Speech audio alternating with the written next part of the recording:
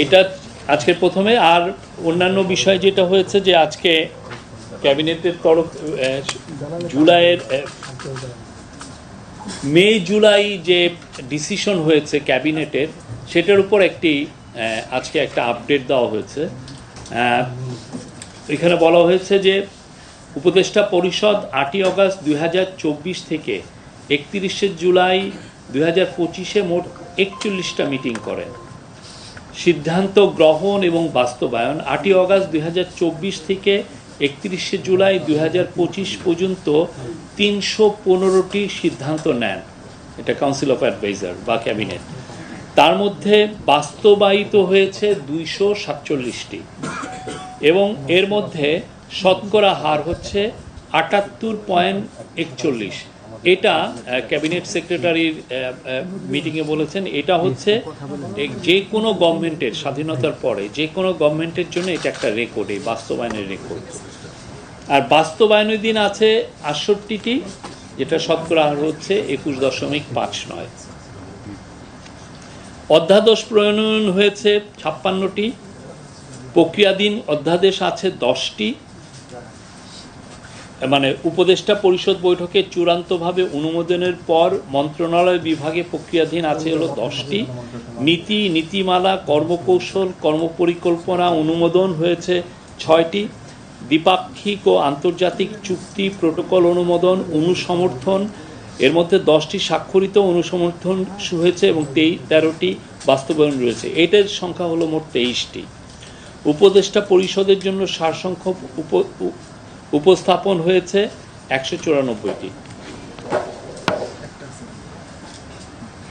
উপযুক্ত সময়ে বাস্তবায়নাধীন 68টি সিদ্ধান্তের বাস্তবায়ন কার্যক্রম সংশ্লিষ্ট মন্ত্রণালয় বিভাগে চলমান আছে। আর এখানে মন্ত্রী পরিষদে আজকে দুটো বিষয়ে সুপারিশ করা হয়। একটা হচ্ছে যে রুলস অফ বিজনেসের 1996-এর রুল 27 অনুযায়ী, ক হচ্ছে হলো রুলস অফ বিজনেসের 1996-এর রুল 27 অনুযায়ী দেশে কোনো বিদেশি রাষ্ট্র বা সংস্থার কোনো বিশেষ মিশন আগমন করলে তাদের সঙ্গে আলাপ আলোচনা বিষয়ক প্রতিবেদন এক পক্ষকাল অতিবাহিত হওয়ার পূর্বে উদ্যোক্তা মন্ত্রণালয় বিভাগ কর্তৃক উপদেষ্টা পরিষদ বৈঠকে উপস্থাপন করা আবশ্যক। সচিবগণকে এই বিষয়ে প্রয়োজনীয় ব্যবস্থা গ্রহণ করতে বলা হয়েছে। ব্রিটিশ আমলে থেকে ইংরেজি ভাষায় প্রণীত আইনসমূহ পর্যালোচনাপূর্বক যুগোপযোগী করে বাংলায় প্রণয়ন করার বিষয়ে আজকে এটা উপস্থাপন করা হয়েছে, এটা বলা হয়েছে। এই ছিল হলো ক্যাবিনেটের ইয়ে। আর একটা হচ্ছে সংস্কার কমিশন। আপনি জানেন আমাদের এই প্রধান উপদেষ্টা 11টি মোট সংস্কার কমিশন করেছিলেন। 11টি সংস্কার কমিশনের যেগুলো আশু বাস্তবায়ন করা দরকার সেটার উপরে যে নির্দেশ দেওয়া হয়েছিল সেটার আজকে একটু আপডেট নেওয়া হয়েছে, রিভিউ করা হয়েছে। তো এখানে আমি আবারও পড়ি। রাষ্ট্রের বিভিন্ন খাতে সংস্কারের লক্ষ্যে মাননীয় প্রধান উপদেষ্টার অনুশাসন মোতাবেক 11টি সংস্কার কমিশন গঠন করা হয়। কমিশন সমূহ ইতোমধ্যে মাননীয় প্রধান উপদেষ্টার নিকট প্রতিবেদন দাখিল করেছে।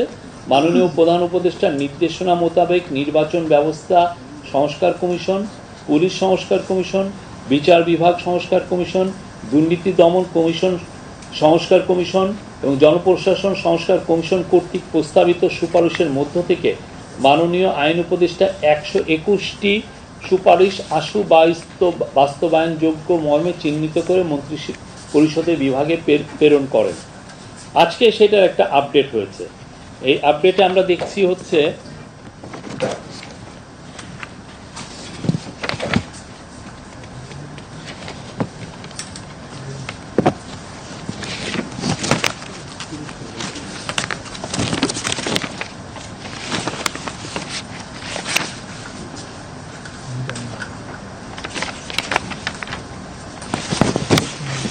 সরি ভাই,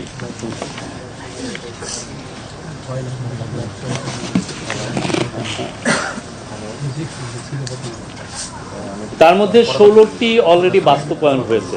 16টি সুপারিশ অলরেডি বাস্তবায়িত হয়েছে, 85টি আন্ডার মানে বাস্তবায়ন হচ্ছে, আন্ডার ইমপ্লিমেন্টেশন আছে, আর আংশিক সুপারিশ 10টি বাস্তবায়ন আংশিক এটা বাস্তবায়ন হচ্ছে, আর 10টি বাস্তবায়নযোগ্য কিনা সেটা নিয়ে এখনো পরীক্ষা নিরীক্ষা হচ্ছে। এই মোট 121টির মধ্যে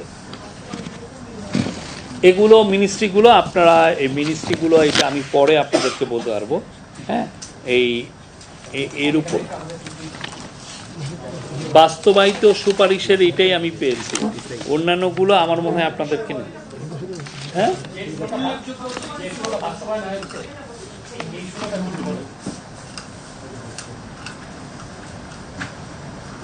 না যেমন ধরেন নির্বাচন ব্যবস্থা সংস্কার, আন্তর্জাতিক অপরাধ, এগুলো আমি আপনাদেরকে বলবো যে এটা আমি আপনাদেরকে দিয়ে দিব যে যেগুলো বাস্তবায়ন হয়েছে। ঠিক আছে, আমি আল পাবলিশ ইট। হ্যাঁ, এই বিষয়ে এছাড়া আজকে আর একটা বিষয় সেটা ছিল হলো, আমি জানি না এটা কই গেল,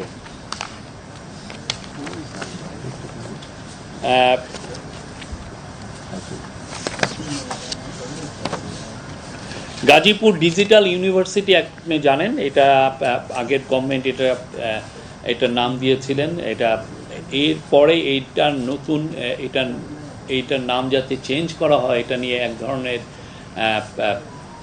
প্রোটেস্ট হচ্ছিল। তো এটার আলোকেই আজকে এইটার ক্যাবিনেট ডিসিশন নিয়েছেন যে গাজীপুর ডিজিটাল ইউনিভার্সিটিকে নতুন নাম হবে, এটার নাম হবে হচ্ছে university of frontier technology Bangladesh.